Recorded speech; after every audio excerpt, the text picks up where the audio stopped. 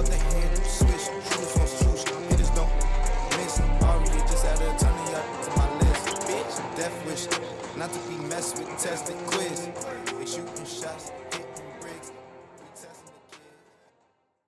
Welcome to Deep Thrones, the most entertaining podcast in the world of Ice and Fire. I'm your host, Sims. Your other host, Sheedy's here. What's up, Sheeds? Hey, man. We're back. We are fully back in the studio. Feels great. This is our first in-person together, I think, like 2 years since House of the Dragon Season 2. Man. And Night of the Seven Kingdoms was great, but it's a new dawn. It's a new dawn. We've got new content to cover, and we couldn't be more excited. Before we get into that, I have a big surprise for Sheedy and the Deep Thrones fam. Whoa. You've been putting the team on your back a lot over the past, honestly, 2 years since the last House of the Dragon season, but definitely hasn't gone unnoticed by the pod. The map times with Sheeds, all the production on Night of the Seven Kingdoms, the social media work, all this man over here, he's been crushing it. So in honor of that, I, Chris Sims, have been humble enough to sell you the 2% shares that I have that would then give you 51% control of Deep Thrones. Deep Thrones pod is now 51% John Sheedy, 49% Chris Sims. Wow. With, mutual consideration to be agreed upon later. Yeah, we'll discuss the terms. Okay. No, here, let's cheers to that. First off, Cheers Chris has to a Miller that. Lite, and I have my down-home punch. Had to get it because we joked about it so much 2 years ago. Honored. Thank you, Chris. Thank you. It really is a team effort. The fact is, Chris has a lot more going on than I do. He's a lot busier. He's got a lot of stuff going on. I love doing it too. We've always talked about it. I was a very creative kid, and this gives me an excuse to be creative as an adult, which is nice because a lot of people lose that, Oh yeah. So it's nice to still have that even in this format. And first order of business, you're fired. Get out. This was a short episode. Yeah. We'll see you guys next week. No. It just becomes pure Greens propaganda. It's the Fox News of Greens. Of Greens, yeah. And I'm doing just all the it's just twisting facts and just making it pro me. But no, I'm honored. Thank you so much, and thank you guys because we wouldn't do it if we didn't have anyone listening. And we fully acknowledge that the third member of our pod, Kinzie, is also somewhere involved in this ownership stake. There's a lot of confusion. There's paperwork and stuff that we've got to sort out. So HR is working on that, Kins. Congrats to you and Connor. You guys have a big day next week, so we'll speak more about that during the season opener. But extremely proud and extremely thankful for your contributions to the pod. And we've been doing this since we were, doing the Backdoor Hustlers comedy videos when we were 12 years old. So it's been a long time coming, but appreciate you and excited to cover this season for sure. Same. And actually, when we do a Night of the Seven Kingdoms next year in 2027, that's technically 10 years of Deep Thrones, which we should do a giveaway of hats because we still have 15 of those that we got to start handing out. So we'll do a giveaway. We'll do a Deep Thrones. We got to do a 10-year celebration for sure. 100%. A Deep Thrones 1-0. Yes, I could have some people over. We'll do a cookout in the back. That's to be determined. But I'm honored. Thank you, Chris. And what the purpose of this episode, first and foremost for us, is a tech check, because we have no clue if any of this stuff still works. It's been a while. We had to dust it off. But two, we wanted to discuss sort of where we are with House of the Dragon, because the 2-year releases are a little rough, and there was a lot of disheartened people after season 2.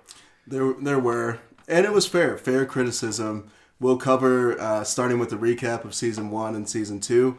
And then we'll talk about where we are at the end of season 2 and what we expect going into the future. I think a great starting point for today would be Rhaenys Targaryen had a quote to Rhaenyra talking about in a few years' time, no one will remember who started the war. Mm-hmm. And I think that's a great place to start for this episode. Because after, fully reviewing seasons 1 and 2, I can sit here and confidently tell you that the Greens certainly started this war. Aegon and Alicent and Otto and all those, nerds over there on the Green side certainly started this war, so nothing has changed.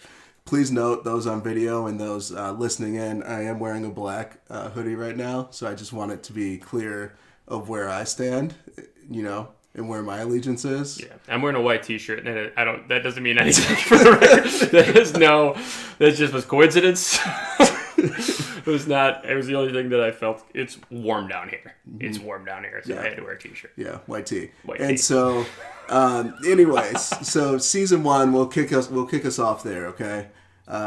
Actually, you know what? Before we do season 1. You actually had some notes about the trailer, some questions that you wanted to go over. Yes, I have some questions for you, but I do want to say, I do agree, the Greens started the war. They had to save the realm from Rhaenyra, so perfectly fine.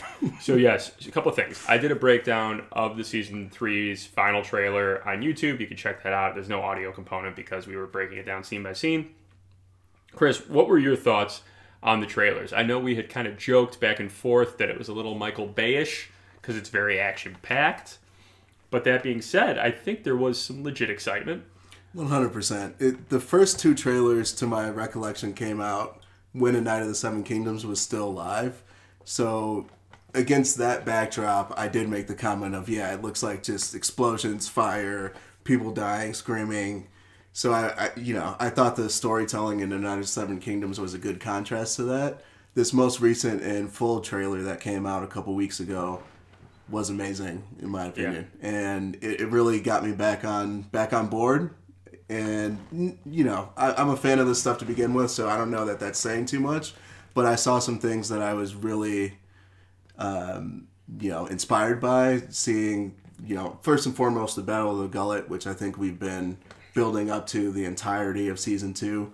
We've got multiple different factions now starting to come together and collide toward King's Landing. The Winter Wolves are back on the scene after the conversation between Jace and Craig and Stark up north. We've got, of course, the Hightowers coming in from the west. Woo! Which of course, is gonna be coming to a head there. The Riverlands are popping off. We see like a Black Alley sighting, which was a fan favorite from the book readers. There's some stuff that we can be genuinely excited about in that trailer. Yeah. And of course there is the Michael Bay side of it too, where like there's going to be a lot of blood, there's going to be a lot of fire, there's going to be a lot of betrayal. Like these things are, part of what it means to be in that Game of Thrones realm. So it's good to always have that, but there needs to be the storytelling side that drives it. Yeah. And I'm excited, genuinely excited after seeing that trailer. It's so funny, too.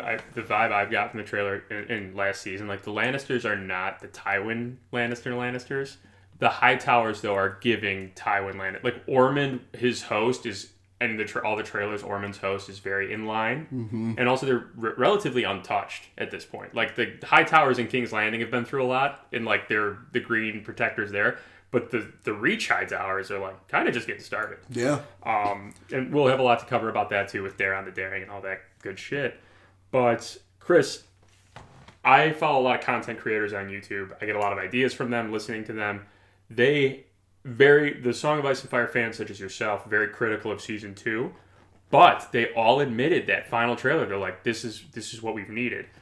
I don't think they can save Alicent's character. She is far gone from the books. Rhaenyra, though, is showing dark Rhaenyra, which is very exciting. Mm-hmm. If the show is awesome, but very different from the books, for a guy like you who is into that, does it hurt? Does it affect it somewhat, probably, right? Artists are going to take things and make it their own, so I don't know that Just wait till you see what I do to this podcast. Post-production's going to be crazy.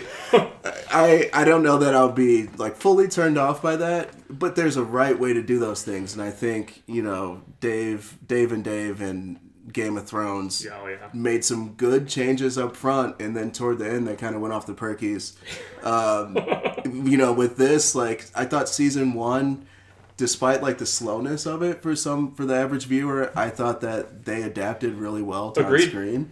And season 2 honestly would have been very, very good in my opinion if it weren't for the Harrenhal, the tripping, and the pacing of that. If they let them have the gullet after that 8th, like even if they just gave them 9 episodes and the 9th episode was the gullet, people would have forgiven a lot. Yes, agreed. So I think it's fully redeemable. The things that do concern me, though, obviously the Alicent situation, and Aegon, like, it seems like Aegon's very much in the forefront of this season. Yeah. But in the books, you almost thought that he was dead. Right. Until he wasn't. And some of the, like, they'll have to combine some of the battles and stuff. So again, there's a right way to do those things. So I'm hoping the optimist in me is saying that they're going to do it right, and we're going to be in for an awesome season 3. Yeah, Chris and I could sit here all day discussing like rumors we've heard of what battles are happening where, but it wouldn't be fair to you guys. We don't want to obviously spoil things, but it's weird where, like, if this show was released yearly, they probably would get a lot less shit than they do. Because you'd be like, man, season 2 was slow. But then season 3 would have happened already. Yeah. Because last year, and you'd be like, oh, that was fast. But like, this show, I've said this to some folks where, like, once the 4th season is out and done, because the 4th season is last season, binging House of the Dragon might be like a super enjoyable experience. That's a good point. Watching each season alone, you're kind of like, 2 years now? You know what I mean? Yeah. But like, binging it, like, and as we just witnessed with The Night of the Seven Kingdoms, it's not about action. But if you pace a show poorly, it's rough. Yeah. It's rough. Especially when, the story's so good, so it almost makes it doubly frustrating that's how they're putting it on screen. But again, all redeemable, and looking forward to season 3. So, we want to do a quick recap of season 1? Quick recap of season 1. So, very, very speedy. Rhaenyra named heir after the death of a stillborn son from King Viserys. Daemon was going to be the heir. No one trusts him because he's crazy. He also did the heir for a day, pissed people off. Mm-hmm. Viserys' wife died in childbirth. Those are sort of the keys from episode 1. Yeah, and then, Daemon goes off, does a war on the Stepstones with Corlys Valerian, does relatively well. Viserys and the court think that Daemon's going to try to push for the crown again. Daemon comes back, offers that crown of the Narrow Sea to Viserys, and they're kind of mended. Meanwhile, Rhaenyra and Alicent are going the opposite direction. Alicent steps in to comfort King Viserys in a variety of ways that only Alicent can do. Yeah. And next thing you know, a couple babies pop out. Yeah. The first one being Aegon, who is Viserys' only son at this point. Immediately, questions come in about Rhaenyra's ability to be the heir still. Yeah. And legitimacy, as a matter of fact. And so that is really the catalyst of everything that we're seeing now. Rhaenyra ruins Kristen Cole's life. She uses her position of power to manipulate him to do sexual intercourse. And he does, reluctantly. And then he wants to run away with her and get married. She says no. And she's already betrothed at that point. I mean, to Laenor Valerian, to right? Laenor, yeah. And then I don't know if you're recapping or if you're like doing a Rhaenyra like. I'm reliving. I'm back. I don't know if I need to go into defense mode here. And then we get the older actors, and Rhaenyra and Laenor are having fully Caucasian children, and Laenor, of course, is Corlys' son, and Corlys is black, Laenor is black. So Rhaenyra's having an affair with Harwin Strong, but Laenor, of course, is gay, so he's not really interested. They agreed long ago when they were getting married, like, we can have our fun on the side. And to Laenor's credit, though, he was trying to be there for his family. Mm-hmm. Laenor, a great guy. There's a whole stage scene into how Laenor potentially dies, but we see on screen that he makes an escape across the Narrow Sea. His dragon critically stays back. Yeah. And it may even actually think he's dead. I'm not sure how that works out. And then an important note, you mentioned Harwin Strong. He died in a fire. That's right. Initiated by Larys Strong, his brother. Also now kind of Master of Whisperers and Lord of Harrenhal. And then Simon Strong, who is holding the castle that we see in season 2. Like his uncle. Is his uncle, and Castellan now. So those strings kind of all tie back to Alicent initiating the burning of Harwin Strong and his father. So it was one of those things where she told, like, Larys to take care of it, and he went 0 to 60 real fast. Yeah. But so Lionel's dead, Harwin's dead, Rhaenyra now's children's real father is dead. Her and Laenor are still together again. Like Chris said, fake Laenor's death so that Laenor can escape and be happy, but that also gives Rhaenyra the right to marry Daemon. Mm-hmm. And really in my view, really strengthen her line, because Daemon has got Caraxes and is also Beast. Mm-hmm. Aemond, one of Alicent and King Viserys' children, claims Daemon's ex-wife, who also passed away, who was another Valerian. The fucking Valerians are cursed by their relationship to these Targaryens. He claims Vhagar, the strongest in the realm, and in doing so, he pisses off her children and Rhaenyra's children, and they cut out his eye. And cut out his eye. There's a lot of beef between the kids at this point already. Yeah. And then that, materializes into the death of one of Rhaenyra's kids. But before that point, everything seems to be kind of mending a little bit between both sides. There's some love. There's a little bit of love, mainly led by Viserys kind of showing up at the forefront of the family and bringing things together. Viserys on his deathbed, kind of out of it, very much hallucinating, thinks that Alicent is Rhaenyra, so he brings up the Song of Ice and Fire and Aegon, right. And so, Alicent really then believes that Aegon is meant to be the heir to the throne. Yeah, and if you recall from season 2, we've had a lot of discussion about that, and about does it matter or not, because Alicent then goes to the small council after King Viserys is dead, and Otto is already fully initiating plans to usurp the throne. Mm-hmm. So whether she knows it or not, Otto's like, "Oh, that's a cool story. We'll run with that." Mm-hmm. Like he cared. Yeah, they were already ready to go. I know. I shouldn't rehash this. Just move on. And then, critically, at the end of the season, Luke or what? Which it was of the kids? Lucerys. Yeah, Lucerys. So Lucerys went to go Storm's try End. to raise some banners in his mother's name. Went to Storm's End. Rhaenyra's like, "It's the shortest flight, Luke. It should be pretty simple." And Aemon Targaryen's there with the largest and meanest dragon in the Seven Kingdoms. And, of course, as we mentioned, Aemon has beef with Luke, who slashed his eye. He wants Luke's eye. Luke says, "Hell no, I'm not doing that." He tries to hop on his dragon and fly out in a storm. Gets all caught up in the storm, but Vhagar just decides, like, hey, this thing's little food right here. I'm going to take care of this work. And kills Luke, and I forget the dragon's name. I do too. It's like a Vermax. It's not Vermax, it's Jace's, but it's got that thing going on. It doesn't matter. It was fucking food. So that was season 1. And we liked season 1. They did a lot, and of course the Greens successfully usurped the throne. The season ends with Rhaenyra finding out that her son is dead. It covered a lot, and it actually did it really well. Agreed.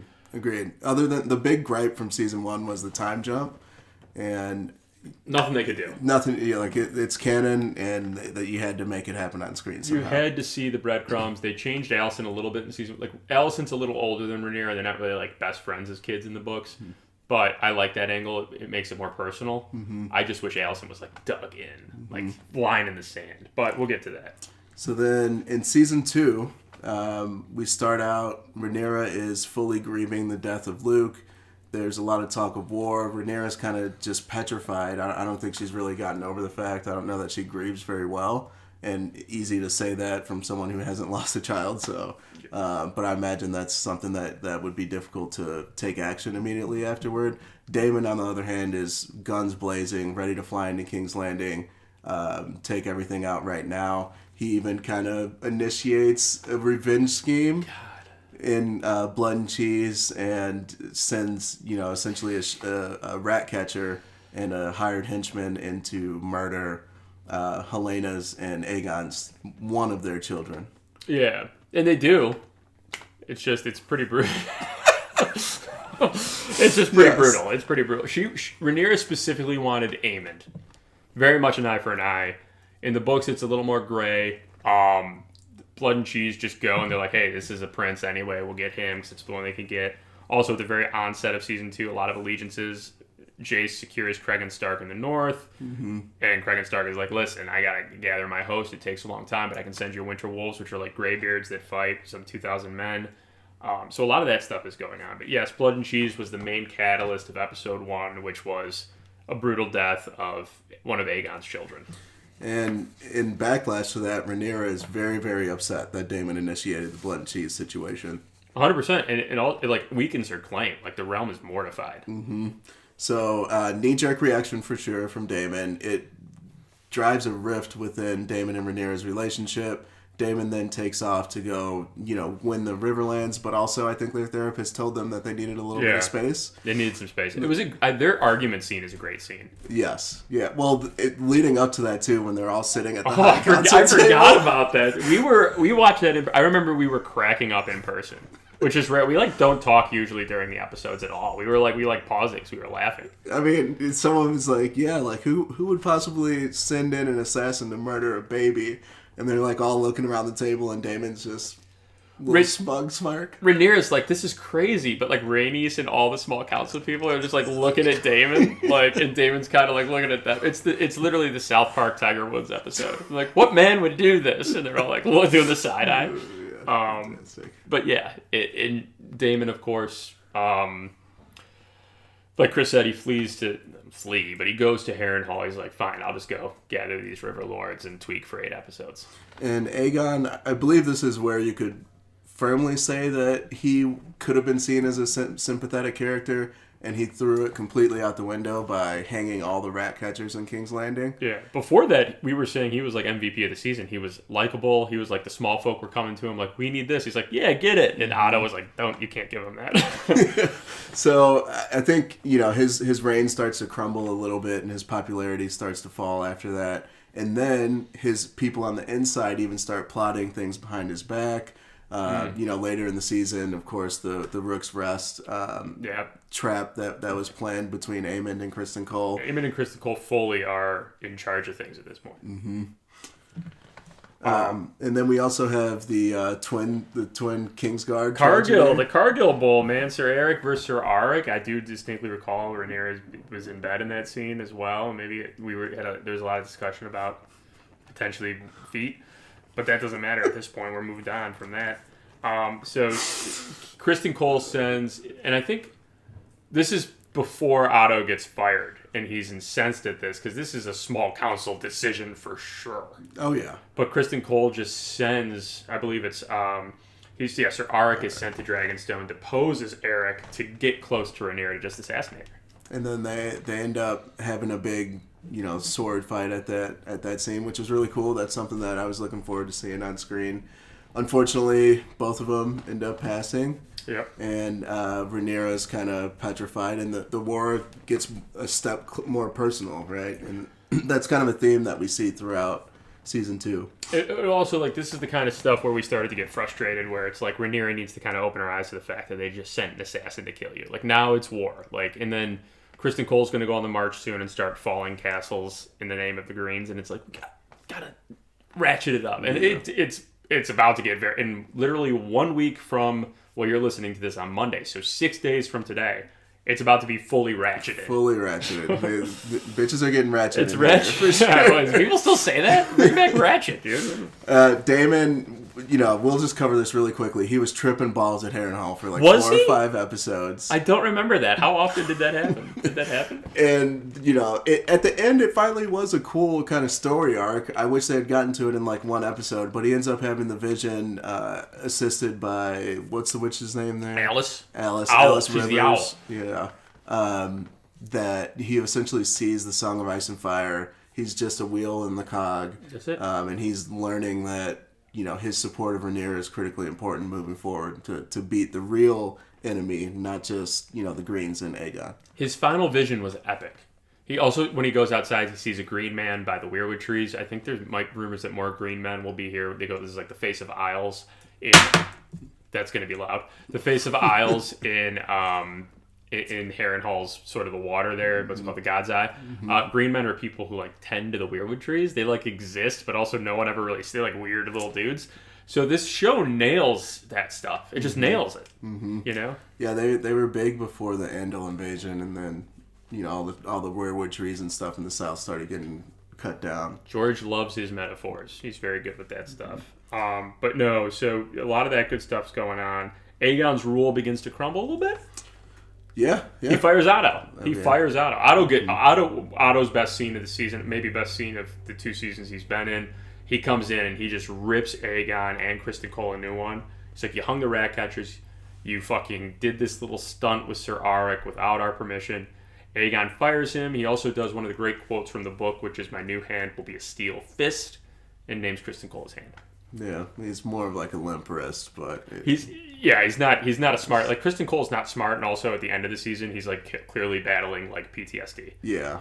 He wasn't expecting in a war full of dragons to see dragons and fire and stuff. So that is honestly a lapse in foresight. that's an all-time like bad plan. But. He's like, they breathe what? But yeah, and then we talked about Damon at Harrenhal, Battle of Rook's Rest, so that's a direct consequence of the Iron Fist that is Kristen Cole. They do put together a pretty good plan. They realize that if they continue, taking these smaller castles and forcing people who were on the black side to directly appeal to Rhaenyra for help, Rhaenyra would eventually have to cave in and provide that help. Yeah. And the person that was sent was Rhaenys Targaryen, and she volunteered. She did. She said, you have to send me Meleys as like your most battle-tested dragon. We're going to go. And Kristen Cole and Aemon had a plan to have a dragon for dragon trap, to have Vhagar and Aemond ambush whoever was sent from the Rhaenyra's camp, and a drunk Aegon shows up. A hammered Aegon. We sent you home, like you sent your boy home in the Uber, and he shows up to the next spot. He's like, man, you guys won't believe I found this dragon when I got home. He's like, oh shit, there is, and it was like a great scene with Gwaine Hightower, who we really liked. Gwaine was even if you're Team Blacks, like there's a humanity to Gwaine where he's fighting for his family. It's sort of like Jaime Lannister, where you're like, oh, this guy's evil, but like you understand their motivation. And Gwaine is like, this was your plot, like the king himself, and Cole is like, no. And then Sunfire, Meleys get into it. Vhagar shows up late and burns fucking. Meleys gets out of there, but Sunfire and Aegon do not get out of there. Yeah. I think it was intentional. I think Aemond was aiming for Aegon as well. There was a lot of beef brewing. There's a scene in a brothel where Aemon hangs dong, and Aegon is like kind of messing with him when he's having like mommy issues with this sex worker. Mm-hmm. I forgot about that scene. Yeah, you blocked it out. I can't forget. Because I remember I was like, well, this weekend's the Green's claim.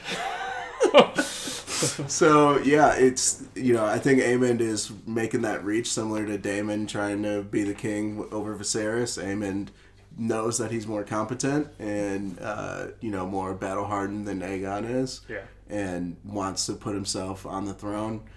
Aegon then has a very similar fall in the air from Meleys and Rhaenys, and somehow though Aegon's just like he makes it. Yeah, he makes it. I don't know. Sunfire is believed to be dead, but there's no confirmation that Sunfire is dead. Sunfire kind of spins out and like is like kind of has its wings out, so maybe that's it. It was like a hard landing, but not like a pop. You know what I mean? It's like that in between. I think is what they were going for.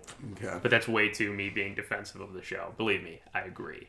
What's important to note here is that they win this battle. Vhagar kills Meleys, Rhaenys dies. Big win for Vhagar. Obviously, Corlys, who's Hand of the Queen, just lost his wife. He's lost everyone, really, to Rhaenyra in a weird way, so there's that element begins to crack.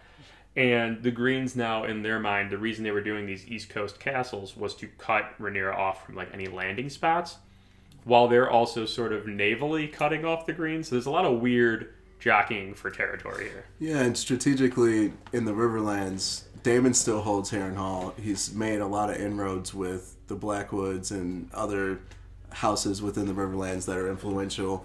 They've kind of subdued the Brackens to this point, who were, Green supporters. So I think if you're looking at a Riverlands perspective, the Blacks are still kind of up. But to your point, they're physically cut off. Other than dragons who can fly over, the Vhagar's but not hosts.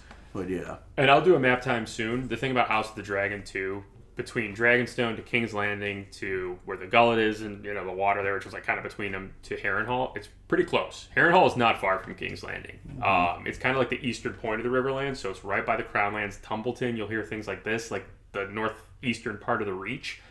It's just a very close war in terms of where it all takes place. This isn't like Daenerys flying up to the wall and that bullshit. Like, this is very close in like dragons are getting to these spots in maybe less than a day, like legitimately. Yeah. So, and that goes into the panic that we see at King's Landing. Of course, the food shortages are there.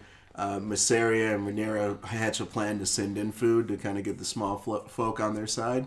But to your point, it's so close that like they can feel the pressure coming on King's Landing. 100%. It's the most populated area in the realm too. Tumbleton's a huge. The Reach is the most. It's all the farmland. A lot of people live there. The weather's pretty decent. Crownlands, like these are very populated areas that are about to be ravaged. Mm-hmm. And then, I mean, how does season 2 wrap up again? pretty much staring down the gullet. Staring down the gullet. So there's a huge, essentially, gathering of hosts. Well, before we get there, the Dragon Seeds happen. Yes. Right? Rhaenyra has the red sewing, so we get 3 new Dragon Riders on Team Blacks because Jace hates it, because he's like, this weakens my claim, because if anyone could ride a dragon, I have dark hair, I don't look like a Targaryen, that's fine, you guys remember that. She gets 3 new Dragon Riders. One is Adam of Hull, who is one of Corlys's bastards. His other son, Alan, leads his navy. Adam of Hull gets Sea Smoke. He doesn't do it during the red sewing. Sea Smoke just chooses him. But then Ulf White and Hugh Hammer get Silverwing and Vermithor, respectfully, in the red sewing. Yeah, which, I mean, are hitters. I mean, those are all experienced dragons ready to go into battle. Vermithor's no joke. Vermithor is, next to Vhagar, Vermithor is the oldest and biggest. A piece of shit, too. The Bronze Fury. He's a bad motherfucker. And, does Jace have a point? We'll talk about this in Season 3. You're giving away the strongest claim to your power, essentially, right? Yeah. If anyone can ride dragons, then what are Targaryens, and why does the realm have use for them? So We'll see how that plays out. Even Aemon, when he's trying to convince Helena to take up her dragon to join him, he goes, they've sullied our birthright. And how the season ends is all of these armies kind of on the march. It was a really cool scene. It just shouldn't have been the finale. And I think we're going to kind of segue from the end of those reviews into discussing these armies and dragons on the march, right? Love it, yeah. Well, Let's do it. That was it. I mean, it wasn't really that hard. They could have done it. And we had Rain Ascent Part 3 or something, right? Wasn't that? Oh my god, dude. Yeah. Alicent and Rhaenyra had 2... Oh, yeah, we didn't even discuss their secret powwows. They had 2 powwows. Because they suck. Based on the trailers, and we discussed this in the Season 3 trailer breakdown on YouTube. Please check that out on the Deep Thrones Pod YouTube. But I discussed that it clearly looks like Rhaenyra will be ascending on King's Landing. Right? There's no denying it. Her dragons are flying over King's Landing. If she successfully takes King's Landing and holds Alicent prisoner, again, that's if. We'll see what happens. Think about how many powwows they're going to have. They're going to be talking so much. Helena might be in on it, The direct line of communication is going to be crazy. Dude, she's going to be just talking to her. She's going to be... If Alicent is at her small council meetings, I could still like the show and be like, this is insane. Daemon, I can't imagine Daemon even... I bet her and Daemon are going to get in a fight over just fucking executing them on the spot. That scene has to exist. Yeah. And I'm fine with them keeping her alive, but Daemon has to be like, what are we doing? Yeah. And speaking of executions and being locked up, Otto was also seen in that final scene of the Season 2, and... he's locked up somewhere. Someone kind of opens up a door, and he's like decrepit. Yeah. Season 3, we've gotten no Daeron the Daring in the trailers, no Otto. They're playing them close to the vest. We'll get into all that, but we've seen a lot of new players coming, and we're going to discuss right now where the armies are, maybe if those armies have a new player, and the dragons. Love it. How do we want to do this? Let's start with the dragons. Start with the dragons. So currently, Blacks have a bit of an advantage. Blacks have a 7-4 advantage, potentially 7-9 if you count the little ones. Yeah, it could be. The Blacks could have 8 to 10 dragons if you count the little ones. The Greens could have 3 to 4 if Sunfire is dead. It's 3. We don't know Sunfire's situation. They've left Sunfire very vague, which is Aegon's dragon. But the Blacks have the Mama Jamma, Vhagar. Yep. Well, no. Greens have Vhagar. Oh yeah, the Greens. I'm Greens, sorry. Aemon, Vhagar. The Greens have Vhagar. That's our big guy. Yeah. Potentially Sunfire, question mark. Helena and Dreamfire. Dreamfire. We've never seen her ride Dreamfire. Would love to. And Daeron the Daring and Tessarion. Tessarion the Blue Queen, who we have not seen until the end of last season. Chris, Tessarion the Blue Queen is sort of a teenager, it looks like. Mm-hmm. But I would assume, in order for Daeron to get the nickname the Daring, he's got to... I don't think he's Daeron the Daring yet. Right. Yeah. For us, he is. Yeah. I assume him and he's just... Is he brave? He's brave. Honestly, Daeron is the most redeeming son of Alicent. He's probably the cool in the book. He's the only one where I'm like, wow, it'd be cool to see this guy do well. He's the Jeb. He's the Jeb. And Tessarion is, I kind of think like reminiscent of Sea Smoke. Yeah, I can see mid-size, agile. very speedy. So he's able to do some things with Caesarion that you maybe wouldn't necessarily be able to do with like a Vagar or Vermithor. But also when it comes to direct combat, you're at a disadvantage, right? Yeah. So yeah, we'll see. I'm excited to see. They've been kind of teasing him all last season, so. And nothing in the trailers of Daron, which is interesting because we've seen Tessarion in the trailers a little bit. So we'll see. But before we get into militaries, we'll discuss the Black Dragons. The Black Dragons. There's a ton of them, potentially. Yeah, so Rhaenyra. Cyrax. Daemon on Caraxes. We have Jace on... He's got Vermax. Bela, Moondancer, I think. Yep, right? Moondancer on Bela. We have Adam of Hull on Sea Smoke. Yeah, the Dragon Seeds. Hugh Hammer, Vermithor. And then Silverwing is with Ulf White. Silverwing. And then potentially Sheepstealer and Reyna. Who is replacing Nettles, who for book people is a big loss. Disappointing. Big loss. At least they're giving us, and we'll get into this with the militaries and some of the people they are giving us. But, okay, so let's look at these dragons really quick. Obviously, Vagar counts for something. But I feel like Vermithor and 6 other dragons, like, God, just take... All you got to do is take out... Once you take out Vagar, it's not just... Like, I understand if Rhaenyra's motivation is like, let's take King's Landing for that legitimacy, but, like, if you kill Vagar, it's literally over. It's over. Sunfire's injured if it is still alive. Tessarion, like, can't even... You could 1v1 Tessarion with any of, like, Silverwing, Vermithor, Sea Smoke, Moondancer, maybe Caraxes and Cyrax. Vermax a little younger. Like, just take out the Vagar. I mean, I hear you on that. I don't know that they're too apprised to like Vagar's movements. That's true. At this they time. Don't know what's going on. And also the loyalty level of your Adams, Hugh, Ulf, you don't really know what you're going to get there, and so really that kind of evens out the field again too, right? Like if Vagar is going up against a Jason Bela, that's a slaughterhouse. Rhaenyra and Daemon, maybe you got to be on your A game. Yeah, so it's not as black and white, which is why I think it's black and green. It's black and green. Once they get that King's Landing and the legitimacy that follows, I think there's maybe even a hope of like, hey, maybe they'll start to stand down a little bit. Agreed. They're definitely pushing the diplomacy.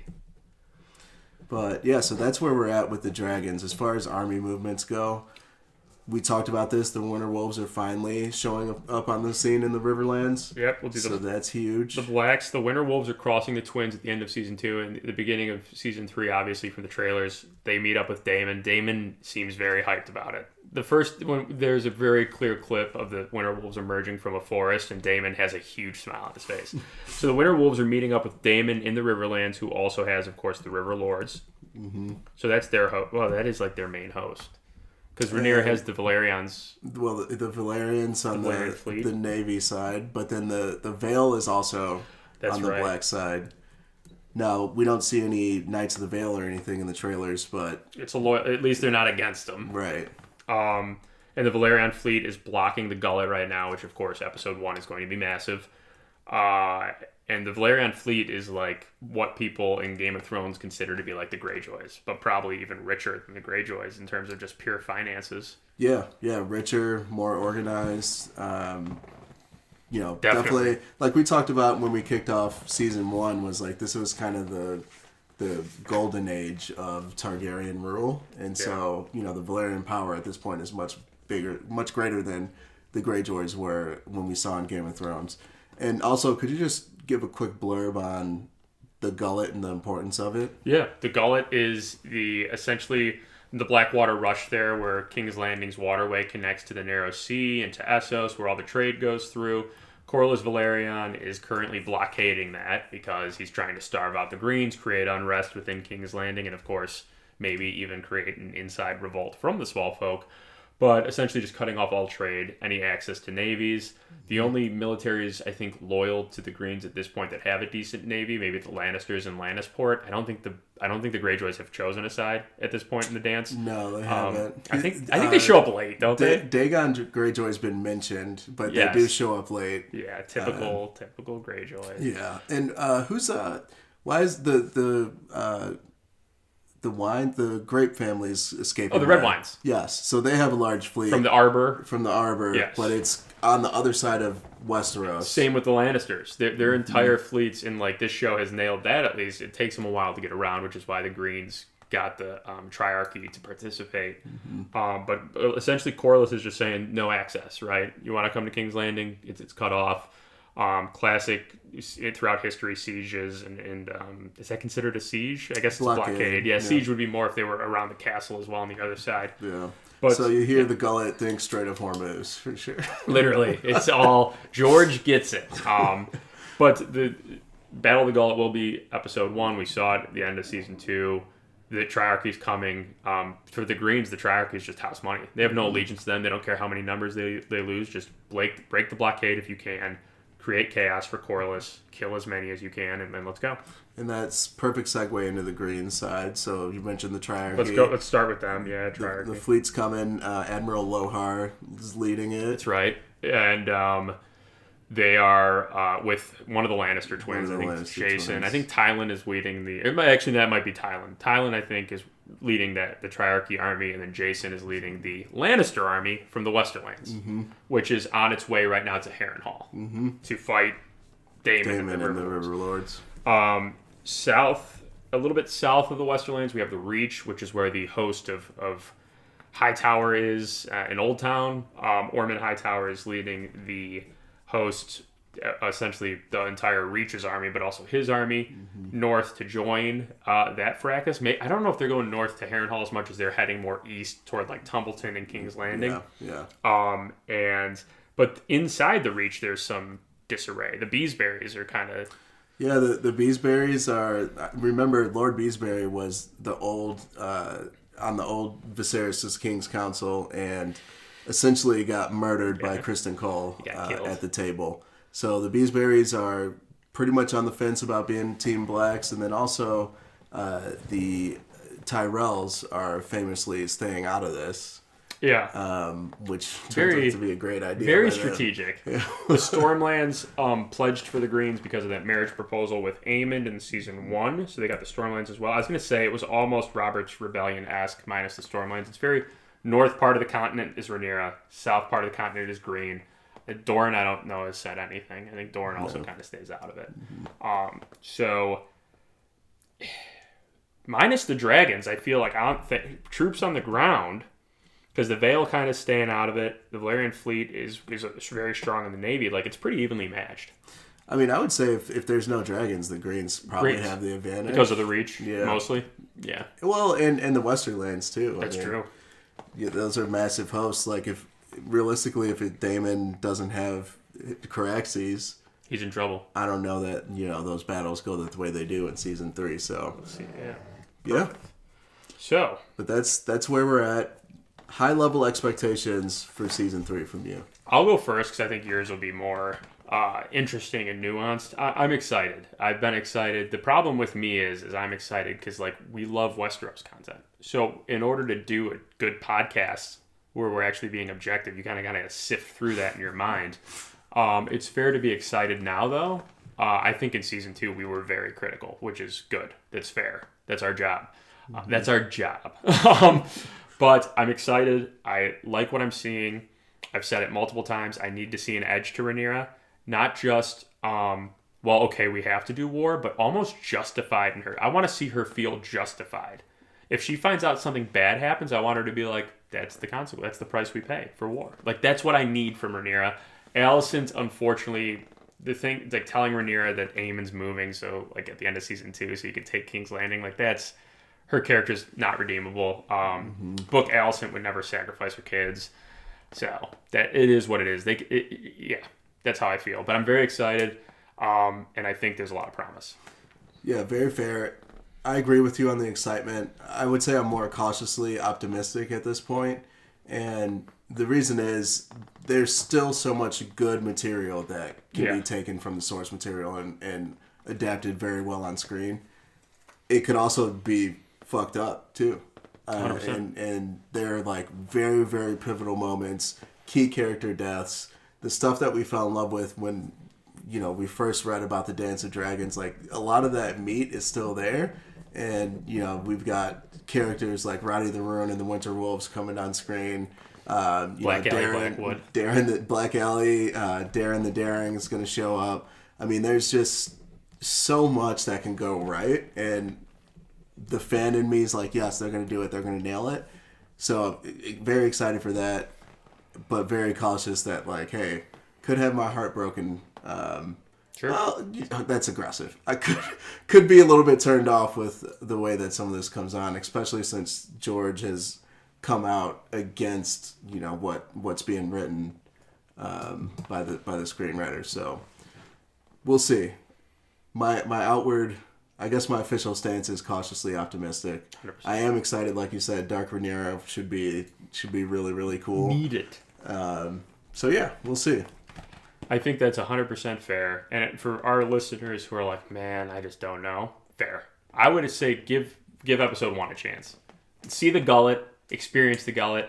So this is going to drop on the 15th of June, which means we will be 6 days away, which means the 22nd of June, you'll be able to listen or watch, whether it's on Spotify or YouTube, and hear our immediate reaction. Because even though it's released a day later, it's immediate reaction. Yeah. You'll be able to hear us in real time say, like, this is either good or this is bad, and give honest assessment of it. And I think that that's what makes this shit appealing. Yeah, I mean, it'll be dope. Like, regardless of... It'll be something to talk about. It'll be larger than life. It's going to be truly back to, like, the large-scale... Game of Thrones that we think of, and not so much like the, focused, smaller set novella style of A Night of the Seven Kingdoms, which was great. Yeah. But this is like going to be the full meat and potatoes, 6-course meal sort of deal. Yeah, and we are excited for season 2 of that. They had some delays because of torrential rain, like where they were filming in Spain. That's not till 2027. As always, you can find us on all the podcast apps and YouTube. So however you like to watch or listen. We're fully back, baby. We're back. Fully back. It feels so good to be back in the studio here. I know. We were saying he hasn't been back in a while, but Chris, any last thoughts? No, that's it. Awesome. I'll just end with this. Allison, hit me up. I will I'd help open up the gullet.